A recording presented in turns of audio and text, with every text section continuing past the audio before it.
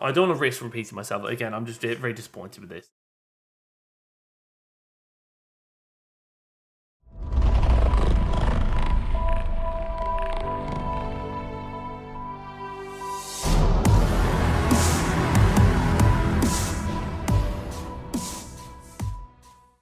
So we're starting the video off with a puppy. This is called Love. Normally you have to wait for him, but apparently he decided to make an appearance now. Why do you love me enough? Hi, welcome to Tuesday video. That introduction was not planned, not like I plan any of my introductions, let's be honest. And maybe seeing the puppy will entice you to watch the rest of the video, who knows? Yes, today, cracking on with it, we're gonna do another reacting to like influencer workout series video because I like making them, I think you enjoy watching them, and when you stop enjoying watching them, I'll stop making them. That makes sense, yes. We've got KK Fit, we've got Kim French, and we've got Lilly Sabri. So 3 names I've covered to some degree before. I did KK Fit and Lilly Sabri in the Gymshark tier list video ages ago. I don't think I've covered Kim French actually. The contents of my videos are merely my opinion. You don't have to agree with my opinion. In fact, you may disagree with my opinion, and that's fine. This is not an in-depth overview of the influencers in question. This is merely an analysis of what they're doing here. Therefore, my opinion is subject to change should something present itself that warrants me changing my opinion. But what we're really doing here is just get a selection of videos, and I'm going to tell you what's good and bad, and a good time, have a laugh time, and wear a hat time. Ah, reminds me, hat. Also, yeah, I saw the comments about the crab hat last week. I didn't realise the claws came out. I'm sorry. Hello. But now the headwear is on, we can officially crack on with the contents of the video. Sorry sir, am I boring you? Am I boring you, sir? So first up on the list, we have the KK Fit twins, being Kathryn and Kendra, who are Gymshark athletes, as you know, because obviously the Gymshark video like 2 months ago or something. My impressions then were they were bloody strong, and I doubt that opinion's going to change considering she's shifting some good weight already. But let's find out. Do you like a back squat? You know I like a back squat. This hat moves up. Oh, it's not even a... Oh, God. It's a bloody reverse lunge.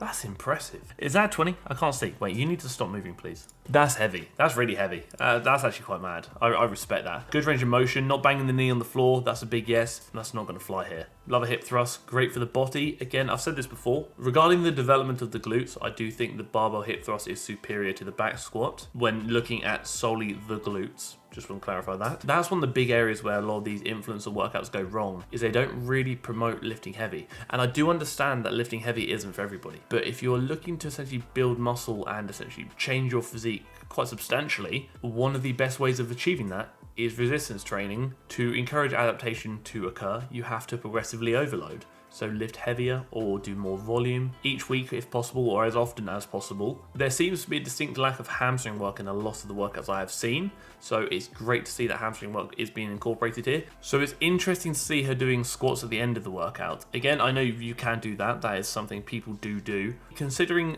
the majority of people probably watching this video are not advanced athletes, and maybe towards the more beginner intermediate range, I would probably suggest incorporating squats towards the beginning of the workout, considering they are probably the most complex movement you will be performing that day, and maybe one of the movements you'll be lifting the most amount of weight on. You've got to make sure you're putting everything into the squat and make sure you do it really well and maximizing progressive overload if you can. Also, the elevated heels could be incorporated for a couple of reasons. Number one, lack of mobility. If you struggle to hit depth, people do often elevate their heels. This is usually done so through lifting shoes, like weightlifting shoes with a raised heel. So stand up quickly as you're watching this video and listening and do a squat. Once you then get to the hole, as low as you can go comfortably, go onto your tiptoes so your heels come off the floor. For most people, you should find it easier to maintain that depth, or you may actually find it easier to get even lower. That's an extreme example of how an elevated heel or raised heel can help squat depth due to ankle mobility and other mobility hindrances you may have. Another reason for this is she could be doing so to place great emphasis on the quads. I don't know, I haven't asked her, but perhaps I will ask her one day in like 10 years time when I'm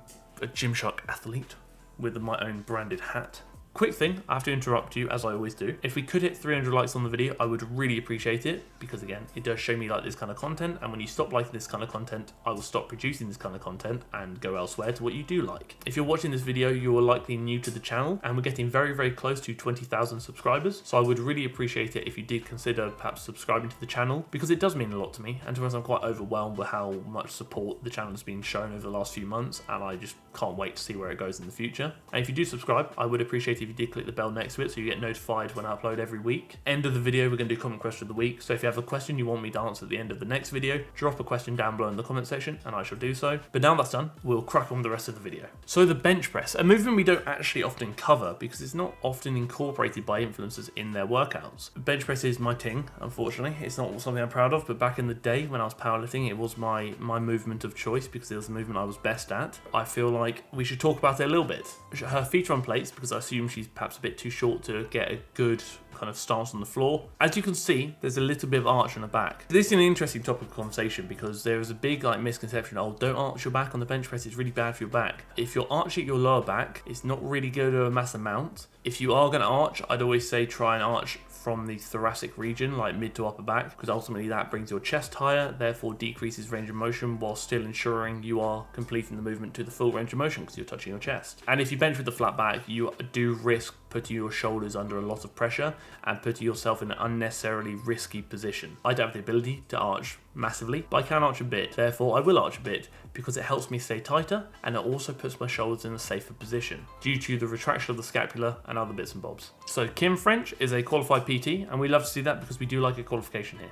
She's also a women's best and NVGTN athlete. Someone actually sent me her stuff via Instagram DMs. On first glance especially, I was a bit triggered by it, and we're going to talk about why. The very low and very wide stance squat to a calf raise, I'm personally not going to get on board with. I don't really see the purpose of chucking a calf raise into the squat as well, just squat. Like, just don't overcomplicate things at this stage, just squat. The depth is very low, and obviously she's lifting trainers. It's not going to fly, not a good time. The other thing you've got to note is when she goes down and hits that depth, you can see she's pushing beyond her, I guess, desired natural capabilities of range of motion. So she kind of hits depth, and then her knees start pulling in slightly because I just don't think she has the ability to actually hit that depth comfortably. To be honest, I would actually recommend cutting depth a bit. Things like this, where you're doing like RDL pulses and stuff, I'm not really a massive fan of like pulse-based movements.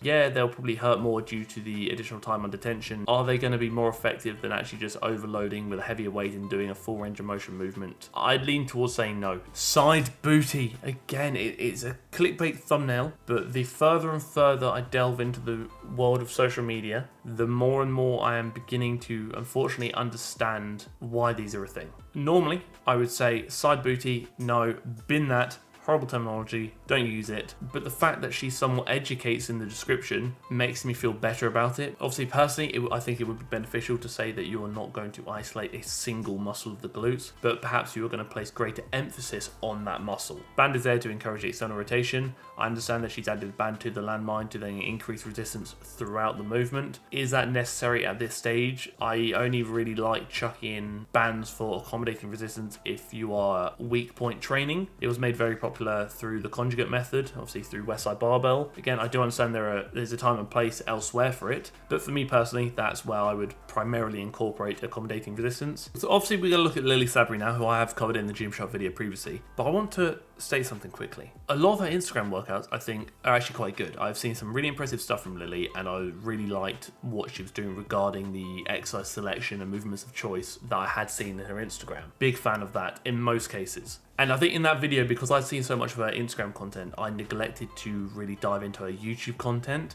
which is a failure on my behalf, and for that I do apologise, but I am going to try and rectify that now. A lot of her YouTube workouts and thumbnails are really clickbaity. I know I've expressed my disappointment with that in the past.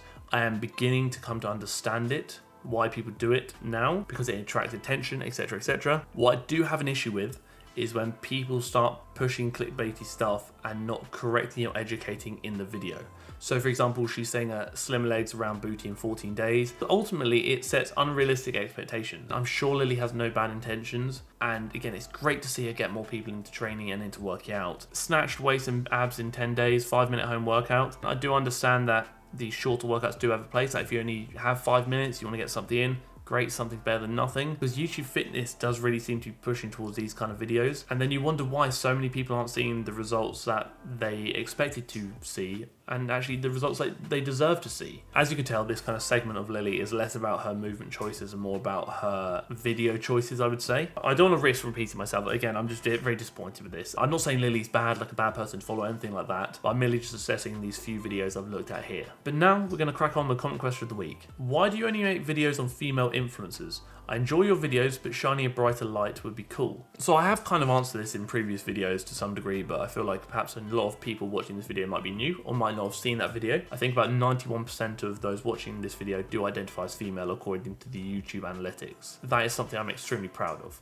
because I do understand that being a man that is essentially commenting on videos of women can come across as almost out of line and out of place at times, which is obviously not what I'm trying to do. I'm merely trying to provide an educated input into the content I'm seeing to hopefully help the audience that chooses to watch my videos. And I do feel like I do provide a balanced argument and input on these videos. I do like to think that I point out what's good and potentially could be improved, and I feel like I do give a lot of credit and shine a bright light to those influencers or content creators I feel really deserve it, like I did with Lucy last week. Again, that's something I am going to improve on, and I'm constantly trying to improve on myself and the content and quality of these videos. I'm extremely proud of my audience, and I cannot express how privileged I feel to have an audience that identifies as a different gender to how I identify, because I think in this day and age that's quite rare. I love how supportive the TFNL community and family are. I love looking through the comments and seeing how supportive you are of each other. I love looking through the comments and seeing how supportive you are of me. Obviously I will include videos of other genders as we go through, but the majority of these videos will